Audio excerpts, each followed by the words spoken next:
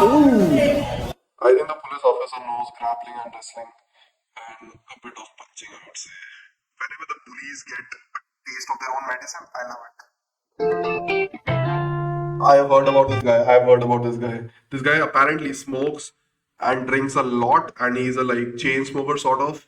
His name is Carlos Prates, and he just destroys everybody. He fights in the welterweight division of UFC. So watch out for Carlos Prates. He's literally drinking in the octagon, and he's a chain smoker. People would expect him to be really bad. He's not. He's one of the best.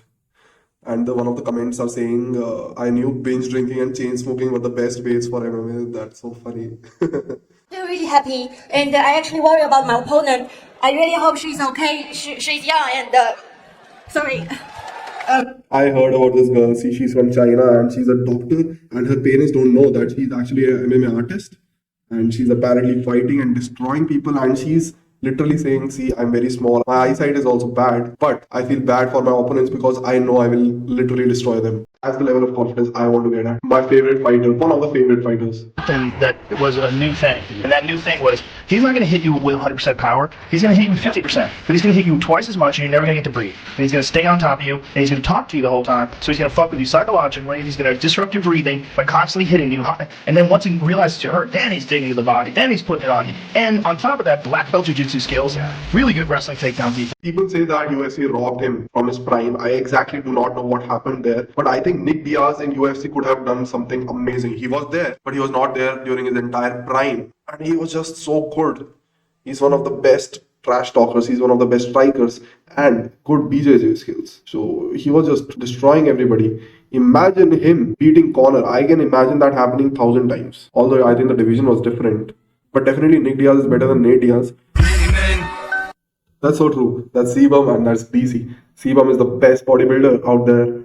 DC is obviously Daniel Cormier. Those who know MMA know how ruthless DC was. The guy was scary with his offensive wrestling. And imagine this guy gives advice wrestling to Khabib.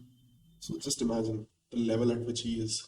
This is why I watch all UFC events, be it the pay-per-view events or the normal events. I watch them all because you can't predict a fight, and that's what happened. Like Bo Nickel had a very sort of boring fight against Bo Nickel, and here my guy at 40 is whose name is Muslim and is called the king of Kung Fu, literally destroyed this guy. All right, calm down. You've been hit with bigger shots than that, all right? You're gonna shake this off, you're gonna come back, and you're gonna... That's how Angaru versus anybody plays out. Oh my god. He needs a new coach, bros, gaslighting him into failure. जब तूने वो start ही करा ना मेरे को लगा तांडव हो रहा है भाई तांडव मेरे को लगा था कि मैं कपड़े फाड़ दूं अपने भाई मौत का नंगा नाच दिखा भाई तूने जब तूने वो start And thanks to McGregor versus KhabibNurmagomedov, I started watching UFC. That is where all the casuals maybe became like the die-hard followers, because there was so much drama revolving around McGregor versus Khabib and all the beef behind both the parties and all the stuff happening, and it was just amazing to watch that. That is Zabit Sharipov's brother fighting just like Zabit. Zabit just went into nothingness and he went back and became a doctor. He's living a peaceful life, and his brother is out here still doing the same stuff Zabit used to do.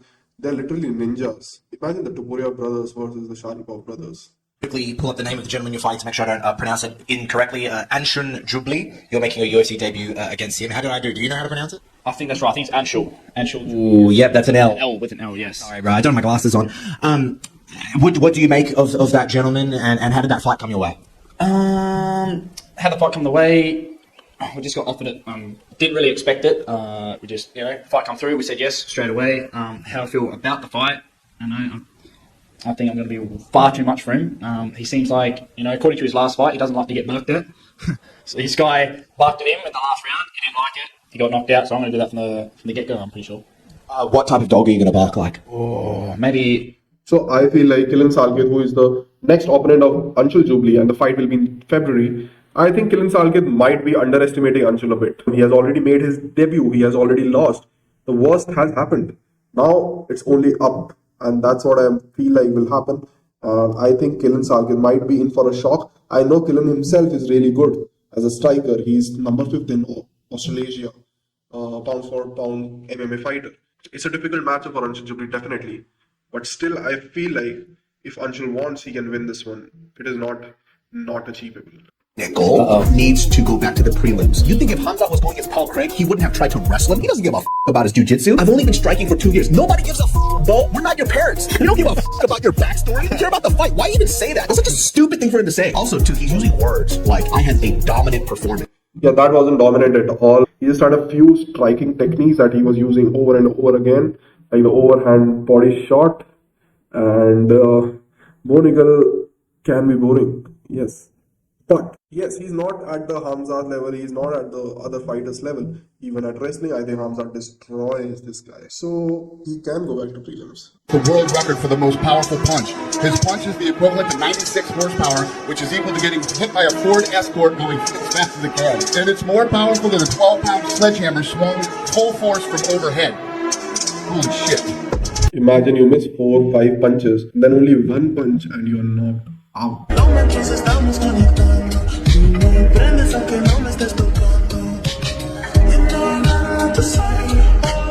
I think Peter Yan's clips are the most beautiful thing in MMA. It is just lovely to see that. But other people have also done the same thing. And it's Muay Thai. It is just beautiful to watch. And it's not a traditional takedown. It's a Muay Thai takedown. They worry about me because I'm small in this division. I have bad eyes. But in this octagon, I'm the boss.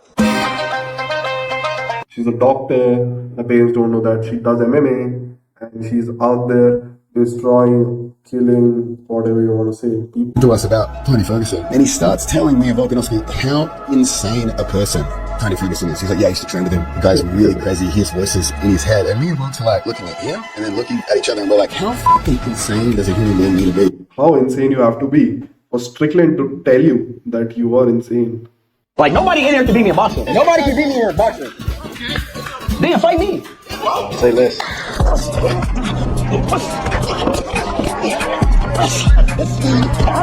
I don't know what to say. Obviously, DanaWhite would destroy speed in every mixed martial art.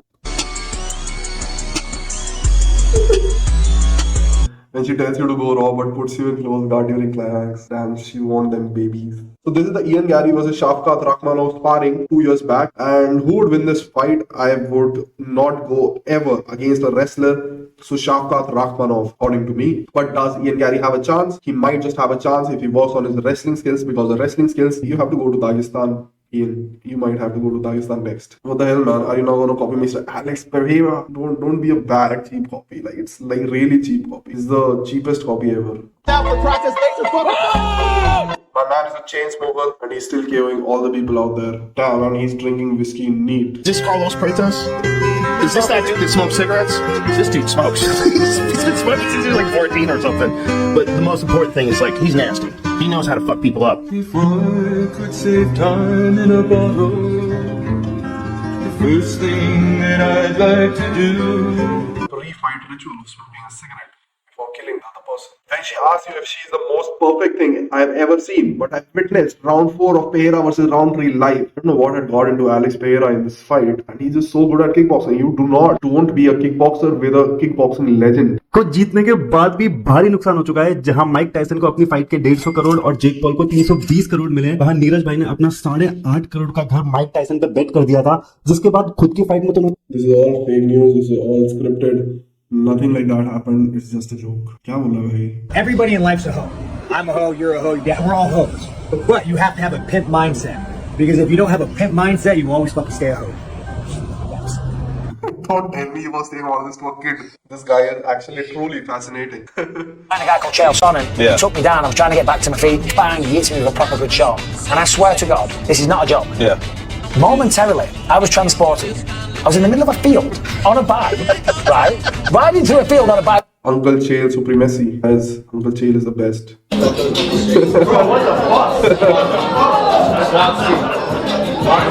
Not gonna lie, that was my same reaction when I was live streaming Jake Paul versus Mike Tyson fight, and I just saw Mike Tyson's bum out there. Billion men and none of them are as tough as Chael Sonnen. I have no preference. I got the biggest arms, I got the greatest charm, and I do all the harm. When I'm 1-2-on-1. Imagine Chael Sonnen today in UFC. He had such great speaking skills that he could destroy any fighter today. He was really good in fighting as well. It's just that he fought really hard opponents. He literally fought JonJones. But this guy is still undefeated, undisputed, cleanest fighter in the history. Just revealed this shocking new signing, and it's a great one. Mikey Musumeci has been added to the UFC roster, and honestly, that's a fantastic move. Because from start to finish, Mikey Musumeci is absolutely perfect for the UFC. He's a breath of fresh air. He's very authentic, like the pizza and pasta that he chefs up every day. Not to mention that he's one of the most skilled competitors in jiu-jitsu of recent memory. And we may be a little way away from it, but maybe we can see a Quadratolo Mikey Musa make that happen against Paddy Pimblett. I would want to watch it. They're of the same weight category. Swing there from Alvin, twirling around. What is this guy doing? That's literally me and my friend fighting over a samosa. No, but I've actually fought with my roommate over a samosa, and it literally looked like this. People are commenting more entertaining fight than the Tyson Paul fight. Oh no, my sparring partner.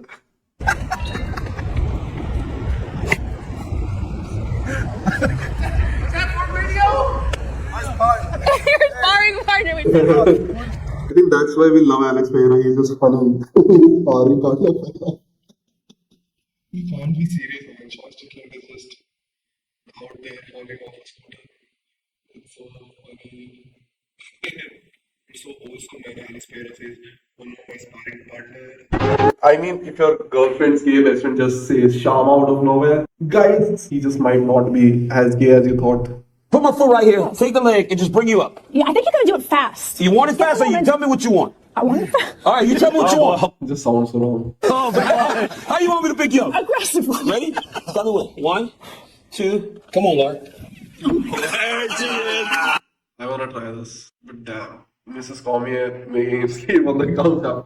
भयंकर spinning elbow और ये fight खत्म होने वाली है किसी भी क्षण में ये फाइट खत्म होने वाली है और पराक्रम अभी भी पंच मार रहे थे alright Digambar Singh Rawat literally destroyed Prakram, a 23-year-old guy. He just destroyed him, and he's also the student of Angad Bist apparently.